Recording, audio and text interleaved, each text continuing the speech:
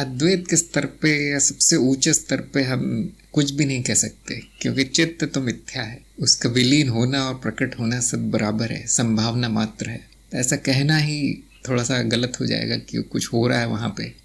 कुछ नहीं हो रहा है, न चित्त विलीन होता है, न चित्त प्रकट होता है, न निर्मित होता है। जो भी है माया है, जो भी है मिथ्या है। हाँ, इसकी व्याख्या की जा सकती है कि इसमें क्या हो रहा है, लेकिन अर्थहीन सा है वो बताना, अर्थहीन सा होगा, तो उसमें कोई सत्य नहीं आपको पता चलेगा। जैसे आप सपने में जाते हैं और वहाँ पे आपको पूरा इतिहास मिल जाता है बना बनाया कि ये बिल्डिंग इस दिन बनी होगी और मेरा ये जन्म इस दिन हुआ होगा, मेरे माता पिता की उम्र इतनी हो गई है। ये सब आपको सपने में जैसे ही जाते हैं सब बना बनाया मिल जाता है। ऐसा नहीं कि उसको सपने का विकास क्रम होता है और सुबह होते होते वो थोड़ा सा दिखने लगता है, ऐसा नहीं होता कभी। इसी तरह से ये सारी माया है, बस प्रकट है और हम उसको देख के थोड़ा बहुत अनुमान लगा सकते हैं क्या हो रहा होगा यहाँ, क्या नहीं हो रहा होगा। लेकिन वो अनुमान भी जैसे सपने में जैसे अनुमान लगाया गया है उस तरह का है। अब जान के क्या करेंगे क्या हो रहा है यहाँ, सब तो झूठ होगा। फिर भी क्योंकि थोड़ा नियमित दिखाई पड़ता है ये सपना अर्थात केवल जागृति या स्वप्नावस्था की बात नहीं कर रहा मैं, महामाया की बात कर रहा हूँ। जो अवस्थाओं के परे जो माया है उसकी बात कर रहा हूँ मैं। तो जो दिखाई पड़ता है उसमें कुछ नियम दिखाई पड़ते हैं और उस हिसाब से ये लगता है कि विकास क्रम है, चित्त का विकास क्रम हो रहा है। अब क्या हो रहा है, तो यही दिखाई पड़ता है कि जो अव्यक्त है उससे व्यक्त रचनाएं हो रही हैं, नाद रचनाएं तैयार हो रही हैं स्वयं संगठन से और विभाजन से। विभाजन तो नहीं कहेंगे, प्रतिकृति की जो प्रक्रिया चल रही है, अपनी कॉपी बनाती रहती है, तो उससे रचना होती जा रही है और वो इतनी जटिल हो जाती है कि जीव का रूप धारण कर लेती है और फिर विलय शुरू हो जाता है। और इसमें काफ़ी अनंत काल से चल रहा है, अनंत काल तक चलेगा और समय का कोई इसमें अर्थ नहीं रहता। करीब करीब समयहीनता में ये हो रहा है, सब एक साथ ही हो रहा है। और समय इसमें दिखाई पड़ता है जब जीव इतना जटिल हो जाता है कि समय का अर्थ जान पाए, तब वहाँ समय प्रकट हो जाता है और तब वो एक कहानी गढ़ लेता है कि इतने सालों से ये हो रहा है, इतने जन्मों से वो हो रहा है और आगे जाके इतने हजार साल बाद विलय होगा, इतने करोड़ साल बाद होगा, कुछ जो भी, वो सब झूठ है। तो ये चक्र जो है, चक्र होते हुए भी चक्र नहीं है, ये कह सकते हैं आप। इससे उम्मीद रखना कि कोई ज्ञान हो जाएगा गलत है। इससे उम्मीद रखना कि ये मैं हूँ और मेरे साथ ये हो जाएगा पूरी तरह गलत है। वो आप नहीं है, आप तो दृष्टा हैं। अब चक्र में जो भी होता रहे होए, हमें क्या करना है। ये चक्र चल रहा है, वो चक्र, हमें क्या, हमें तो देखना है। अगर वो कुछ और ही चल रहा है कोई बात नहीं, मेरे शब्द गलत हो गए फिर तो, क्योंकि माया में तो कुछ भी हो सकता है। मैं कहूँगा देखिए ऐसा होता है, इस परत से उस परत विकास होता है, उस परत से इस परत होता है, और आप जाके चेक करने जाएंगे तो पता चलेगा सब उल्टा हो रहा है। और आप फिर मुझसे आके बोलेंगे नहीं नहीं आपने गलत बताया था, ऐसा नहीं हो रहा वैसा हो रहा है, तो मैं क्या बोलूँगा, हाँ माया में तो सब संभव है। माया तो ठीक वो दिखाएगी जो आप देखना चाहते हैं।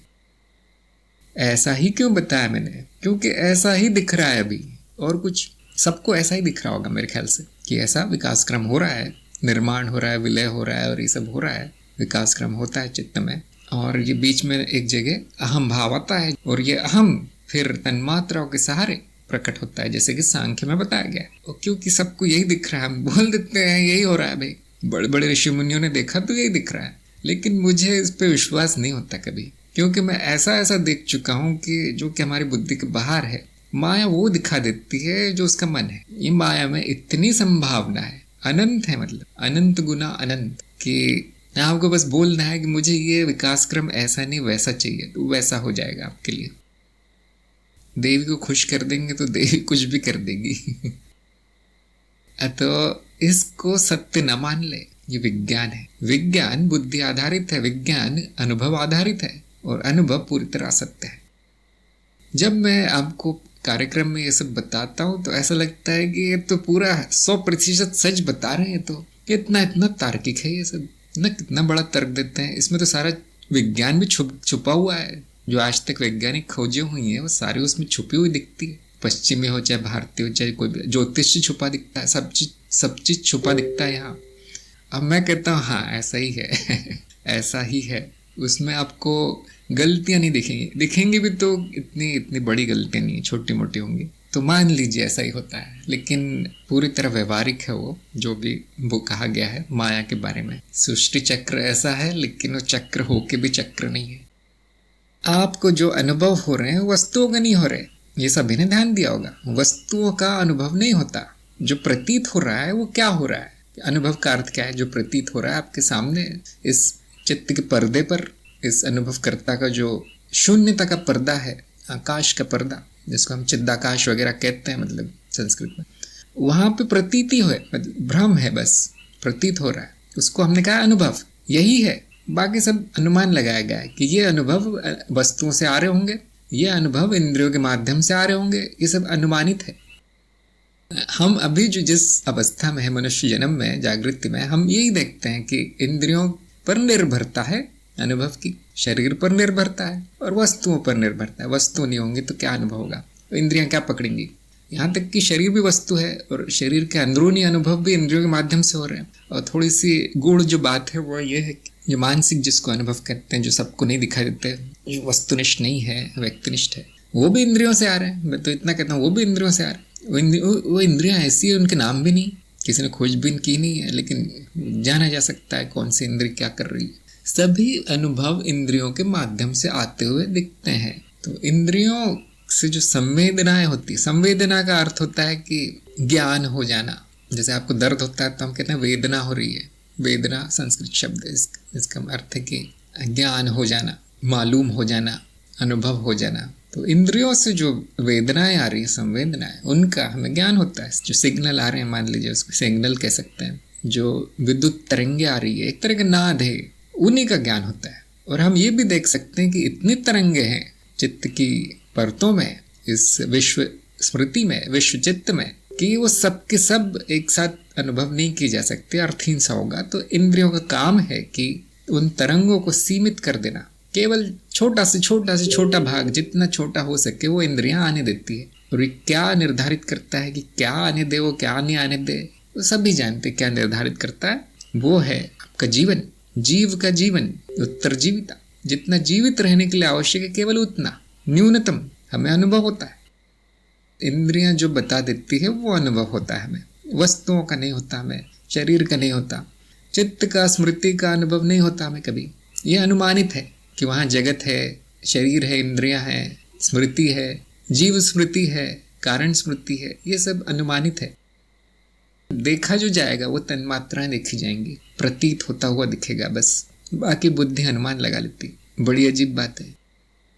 जो लोग ये जानते हैं उनके मन में थोड़ा सा डर सा आ जाता है कि इसका मतलब मैं अकेला हूँ, इसका मतलब कुछ भी नहीं है। अनंत काला सागर है जिसको कभी नहीं जाना जाएगा। इतना काला है वो सागर, इतना अंधेरा है, वो कभी नहीं जाना जाएगा। केवल जो मन के पर्दे पे जो छोटे मोटे दृश्य आ रहे हैं, बस उतना ही है। मतलब ऐसा लगता है कभी कभी कि मैं काल कोठरी में बंद हूँ और थोड़ा सा उजाला सा आंखों के सामने दिख पड़ता है। जब ये विचार आता है तो लोग बहुत डर जाते हैं। माया उनके सामने प्रकट कर दी जाए तो कोई भी डर जाएगा। बड़ी डरावनी है, क्योंकि अभी तक उनका क्या विचार था कि वहां पे जगत है, कोई लोग भी हैं, मैं अकेला नहीं हूँ, यहाँ दृष्टा है, वहां भी दृष्टा है, ये भी बताया जाता है। लेकिन फिर ये बताया जाता है कि एक ही दृष्टा है और लोग तो छाया है, माया है, सारे की सारी काया माया है। मेरा तो शरीर भी नहीं है, बोलेंगे मैं तो भूत बन गया हूँ। हाँ, ऐसा ही, हमारा कोई शरीर नहीं है, सब प्रतीत होता है। फिर उनको पता चलता है ये सपना है और डर जाते हैं। कब खुलेगी मेरी नींद? मुझे कृपया उस दुनिया में ले चलिए जो सत्य है। मुझे ये बताइए सत्य, अगर ये सपना है तो सत्य में ले जाइए मुझे। और हम तो ज्ञान मार्ग में, हम तो बहुत सीधी बात करते हैं ना, कभी घुमाते नहीं है। हम तो जलेबी को भी सीधा करना जानते हैं। तो मैं कहता हूँ कि देखिए, कोई सत्य उत्तर नहीं है, संपूर्ण माया है, संपूर्ण अस्तित्व माया है, सत्य अनुभव नहीं होगा कभी। ये सुनते ही वो एक तरह के विषाद में पड़ जाते हैं और अब उनको उससे निकालना जरूरी है उनको निकालना भी पड़ता है उससे। तो हम उनको मुक्ति का लड्डू खिला देते हैं कि देखिए मुक्ति हो जाएगी, इससे चिंता मत कीजिए, मुक्ति हो जाएगी। और वो लड्डू लेके बड़े खुश होते हैं। मुझे तो यही लगता है कि प्राचीन काल में ऋषि मुनियों ने देखा कि इतना बुरा प्रभाव पड़ता है माया का। जिसको पिंजरे से निकाला गया वो उड़ नहीं पाता, ऐसा पक्षी है ना, जिसको बचपन से ही पिंजरे में डाल दिया गया है, उसके पंख इतने कमजोर होते हैं, उसको उड़ना भी नहीं आता। पिंजरे से निकालो, उड़ नहीं सकता। ऐसी हालत होगी मनुष्य की। इतने जीवन उसने पिंजरे में काटे हैं, इस देह के पिंजरे में, कि विदेह हो बोलो तो घबरा जाते हैं। अब मैं क्या करूं? सपने में इतना रम गया है वो कि उसको बताओ कि सपना है तो डर जाता है। बहुत से लोग आध्यात्म में इसलिए नहीं आते, चाहते नहीं है जानना कि माया है। उनके मन में कहीं अंदर एक डर है छुपा हुआ, उनको खुद नहीं पता होता कि डर। उनको यही पता होता है गुरु के सामने जाऊंगा तो मेरा सपना ढह जाएगा। गुरु बोलना शुरू करता और वो वहां से भागना शुरू करते हैं। मेरी करोड़ों की जमीन जायदाद है, उसका क्या होगा? मेरा तो परिवार है, मेरे तो बच्चे हैं, मेरा तो अभी भी लड़का हुआ है। और वो गुरु कह रहे हैं ये सब नहीं है। कौन सुनना चाहेगा ये? यहाँ तक कि अध्यात्म का शिष्य भी नहीं सुनना चाहता ये। मैंने देखा आत्मज्ञान होने के बाद भी लोग नहीं सुनना चाहते ये। आत्मज्ञान ठीक है, मैं ब्रह्म हूँ, बहुत ही अच्छी बात है ना, बहुत ही बड़ी, मैं तो बहुत भगवान हो गया। अब ये सब सुनना चाहते हैं। नहीं, तुम नहीं हो, अहम नहीं है, जगत नहीं है, तुम्हारा घर घर नहीं है, तुम्हारा परिवार परिवार नहीं है, तुम्हारे चाहने वाला कोई नहीं है, अकेले हो, अपने ही सपने में खोए हो, और इस सपने से जागने का कोई तरीका नहीं है। ये कौन सुनना चाहता है? कोई नहीं। मैंने उस दिन बता दिया ज्ञान सूत्र के भाग में कि देखिए मुक्ति नहीं होगी।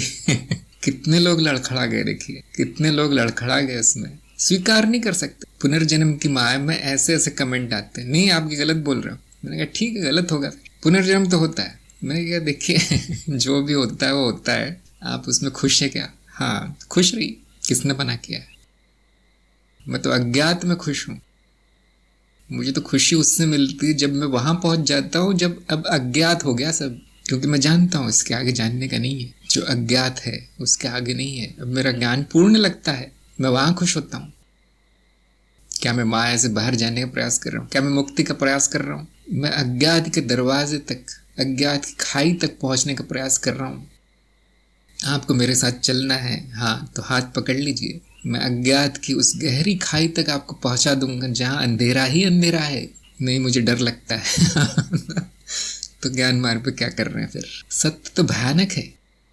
बहुत लोगों को ये जान के डर लगता है कि उनका कोई रूप नहीं, कोई रंग नहीं है, और उनकी न मृत्यु होगी न जन्म हो गया। उनको वो चाहिए जिसका रूप रंग हो, जो कि जिसमें भावनाएं हो, जिसमें प्रेम हो, जिसमें सुख हो। क्या मुझ में सुख दुख भी नहीं है? मैं वो नहीं होना चाहता, मुझे तो सुख पसंद है। आत्मज्ञान होने के बाद भी कहते हैं मेरे मन में शांति नहीं आई अभी तक। शांति क्यों नहीं आ रही?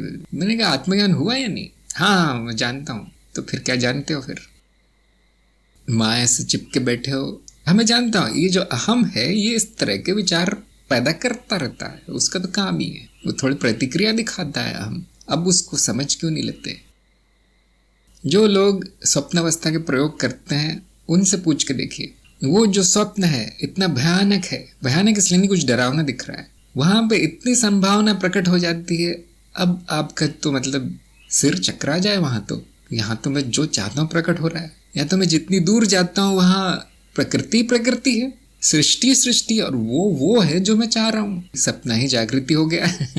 तो जगता भी है जब सपने से, तो ऐसा लगता है बस एक पिक्चर बंद हो गई चल रही थी। ऐसा नहीं लगेगा आपको कि नींद से जागे आप ऐसा नहीं लगेगा।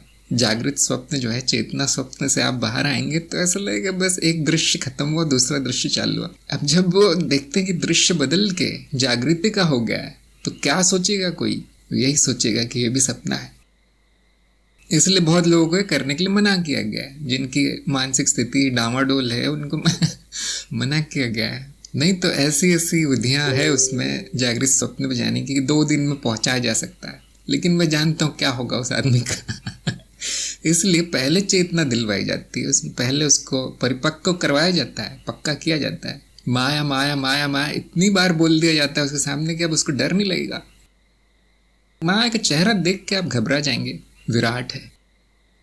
जब मैंने ये अनुभव किया था तो 7-8 दिन तक तो मैं इस दुनिया में नहीं था, यहाँ मन ही नहीं लगता था। ये खाना खा रहा हूँ, ये क्या है? ये कपड़े है, ये क्या है? ये मेरा काम है, मेरी नौकरी, ये लोग हैं, ये क्या है? इतनी विरक्ति, मुझे जाना है, मुझे जाना है, मुझे जाना है, बस इतना ही मेरे मन ने रट लगा रखी थी। कहाँ जाना है पता नहीं। इतना हो गया कि जो सूक्ष्म लोक में जो गुरु थे उन्होंने मना कर दिया, अब नहीं आना यहाँ, मना ही कर दिया उन्होंने। मतलब उन्होंने बचा लिया, पागलपन से बचा लिया। तो इसीलिए आप लोगों को बहुत कम बताया गया है, जो भी बताया गया हो दीक्षा दी गई है। मतलब ये देखो माया ये है।